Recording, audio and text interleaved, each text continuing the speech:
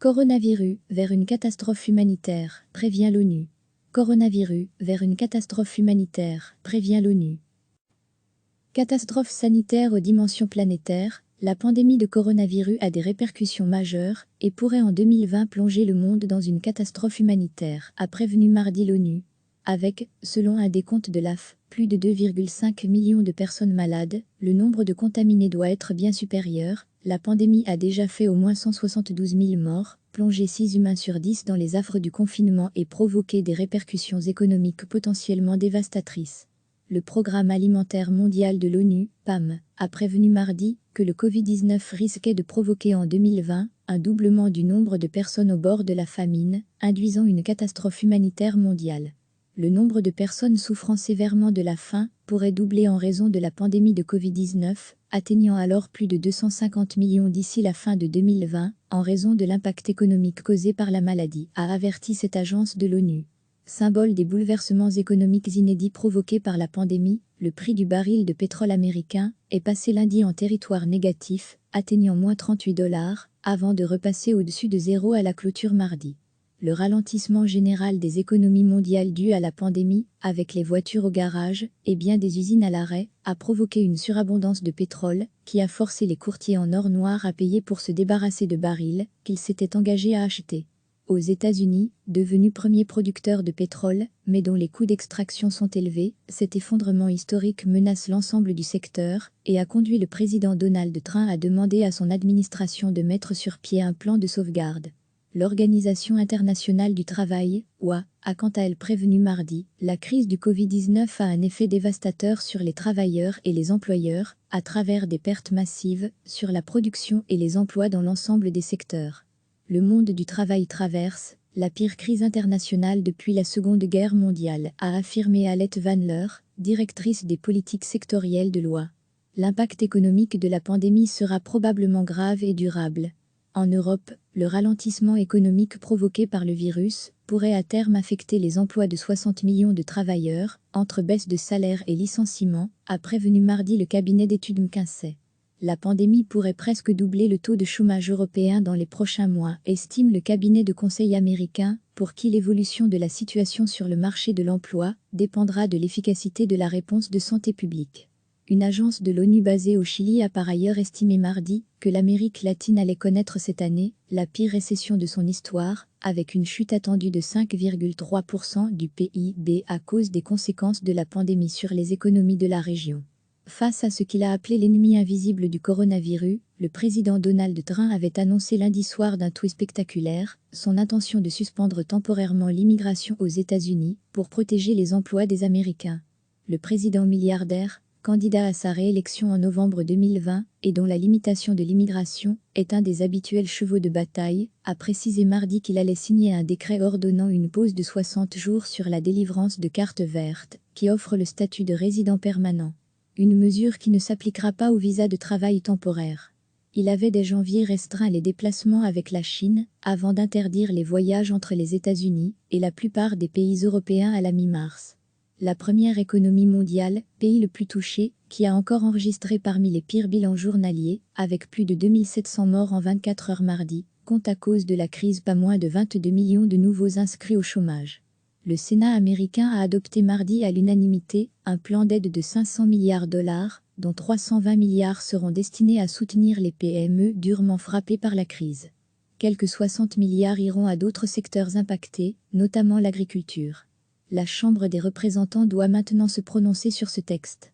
Au moins 4,5 milliards de personnes, dans 110 pays ou territoires vivent aujourd'hui confinées ou contraintes de limiter leurs déplacements pour tenter d'endiguer la propagation du virus, soit environ 58% de la population mondiale. En Europe, plusieurs pays, Allemagne en tête, mais aussi Autriche, Norvège, Danemark, ont commencé à assouplir les mesures de confinement, tout en conservant des mesures de distanciation sociale. Berlin et 10 des 16 États fédérés allemands ont décidé d'imposer le port du masque dans les transports publics. Bars, restaurants, lieux culturels, terrains de sport y demeurent fermés. Écoles et lycées rouvriront progressivement. Aller trop vite serait une erreur, s'est alarmée la chancelière Angela Merkel. En écho à ces inquiétudes, la célèbre fête allemande de la bière de Munich, prévue cette année du 19 septembre au 4 octobre, a été annulée mardi par les autorités locales. Les risques étaient tout simplement trop élevés, avec plus de 6 millions de visiteurs attendus, dont un tiers venant de l'étranger, et d'Asie en particulier. En Espagne, la ville de Pamplune a annoncé mardi qu'elle annulait ses célèbres fêtes de la San Fermin, dont les lâchers de taureaux attirent habituellement début juillet des centaines de milliers de touristes. Il n'y a pas d'autre option possible pour des fêtes aussi massives et internationales, a annoncé la mairie dans un communiqué. Sur le continent européen, l'Italie est le pays le plus affecté, 24 648 décès, suivi de l'Espagne, 21 282, la France, 20 796, et le Royaume-Uni, 17 337. L'Italie comme la France se prépare à un lent déconfinement, avec force précaution, respectivement à compter des 3 et 11 mai. En Espagne, les enfants, jusqu'ici interdits de sortie, peuvent à partir de lundi accompagner un adulte pour faire des courses de première nécessité. En revanche au Royaume-Uni, qui a enregistré mardi 828 décès supplémentaires et est toujours en situation de danger, le confinement instauré le 23 mars a été prolongé d'au moins 3 semaines. Recevez chaque matin l'essentiel de l'actualité. Catastrophe sanitaire aux dimensions planétaires. La pandémie de coronavirus a des répercussions majeures et pourrait en 2020 plonger le monde dans une catastrophe humanitaire, a prévenu mardi l'ONU. Avec, selon un décompte de l'AF, plus de 2,5 millions de personnes malades, le nombre de contaminés doit être bien supérieur. La pandémie a déjà fait au moins 172 000 morts, plongé 6 humains sur 10 dans les affres du confinement et provoqué des répercussions économiques potentiellement dévastatrices. Le Programme alimentaire mondial de l'ONU, PAM, a prévenu mardi que le Covid-19 risquait de provoquer en 2020 un doublement du nombre de personnes au bord de la famine, induisant une catastrophe humanitaire mondiale. Le nombre de personnes souffrant sévèrement de la faim pourrait doubler en raison de la pandémie de Covid-19, atteignant alors plus de 250 millions d'ici la fin de 2020, en raison de l'impact économique causé par la maladie, a averti cette agence de l'ONU. Symbole des bouleversements économiques inédits provoqués par la pandémie, le prix du baril de pétrole américain est passé lundi en territoire négatif, atteignant moins 38 $, avant de repasser au-dessus de zéro à la clôture mardi. Le ralentissement général des économies mondiales dû à la pandémie, avec les voitures au garage et bien des usines à l'arrêt, a provoqué une surabondance de pétrole qui a forcé les courtiers en or noir à payer pour se débarrasser de barils qu'ils s'étaient engagés à acheter. Aux États-Unis, devenus premiers producteurs de pétrole, mais dont les coûts d'extraction sont élevés, cet effondrement historique menace l'ensemble du secteur et a conduit le président Donald Trump à demander à son administration de mettre sur pied un plan de sauvegarde. L'Organisation internationale du travail, OIT, a quant à elle prévenu mardi, la crise du Covid-19 a un effet dévastateur sur les travailleurs et les employeurs, à travers des pertes massives sur la production et les emplois dans l'ensemble des secteurs. Le monde du travail traverse la pire crise internationale depuis la Seconde Guerre mondiale, a affirmé Alette Vanler, directrice des politiques sectorielles de l'OIT. L'impact économique de la pandémie sera probablement grave et durable. En Europe, le ralentissement économique provoqué par le virus pourrait à terme affecter les emplois de 60 millions de travailleurs, entre baisse de salaire et licenciements, a prévenu mardi le cabinet d'études McKinsey. La pandémie pourrait presque doubler le taux de chômage européen dans les prochains mois, estime le cabinet de conseil américain, pour qui l'évolution de la situation sur le marché de l'emploi dépendra de l'efficacité de la réponse de santé publique.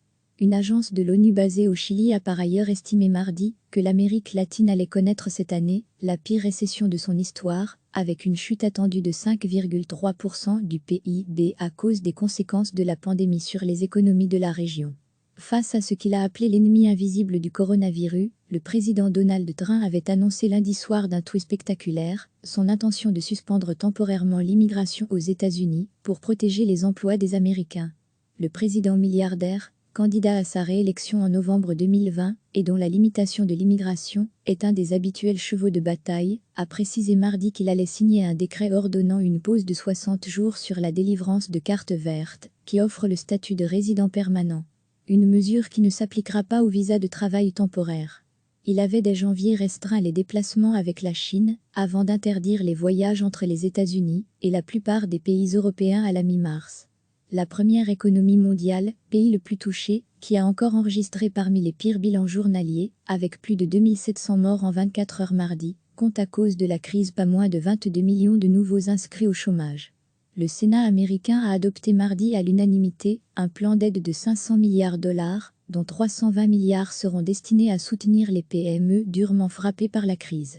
Quelques 60 milliards iront à d'autres secteurs impactés, notamment l'agriculture. La Chambre des représentants doit maintenant se prononcer sur ce texte. Au moins 4,5 milliards de personnes, dans 110 pays ou territoires vivent aujourd'hui confinées ou contraintes de limiter leurs déplacements pour tenter d'endiguer la propagation du virus, soit environ 58% de la population mondiale.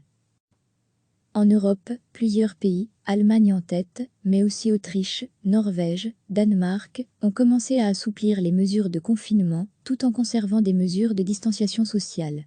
Berlin et 10 des 16 États fédérés allemands ont décidé d'imposer le port du masque dans les transports publics. Bars, restaurants, lieux culturels, terrains de sport y demeurent fermés. Écoles et lycées rouvriront progressivement. Aller trop vite serait une erreur, s'est alarmée la chancelière Angela Merkel.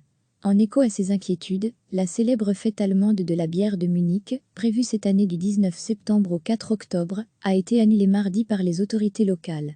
Les risques étaient tout simplement trop élevés, avec plus de 6 millions de visiteurs attendus, dont un tiers venant de l'étranger, et d'Asie en particulier. En Espagne, la ville de Pamplune a annoncé mardi qu'elle annulait ses célèbres fêtes de la San Fermin, dont les lâchers de taureaux attirent habituellement début juillet des centaines de milliers de touristes. Il n'y a pas d'autre option possible pour des fêtes aussi massives et internationales, a annoncé la mairie dans un communiqué. Sur le continent européen, l'Italie est le pays le plus affecté, 24 648 décès, suivi de l'Espagne, 21 282, la France, 20 796, et le Royaume-Uni, 17 337. L'Italie comme la France se prépare à un lent déconfinement, avec force précaution, respectivement à compter des 3 et 11 mai. En Espagne, les enfants, jusqu'ici interdits de sortie, peuvent à partir de lundi accompagner un adulte pour faire des courses de première nécessité. En revanche au Royaume-Uni, qui a enregistré mardi 828 décès supplémentaires et est toujours en situation de danger, le confinement instauré le 23 mars a été prolongé d'au moins 3 semaines. Cliquez sur s'abonner pour recevoir les dernières nouvelles.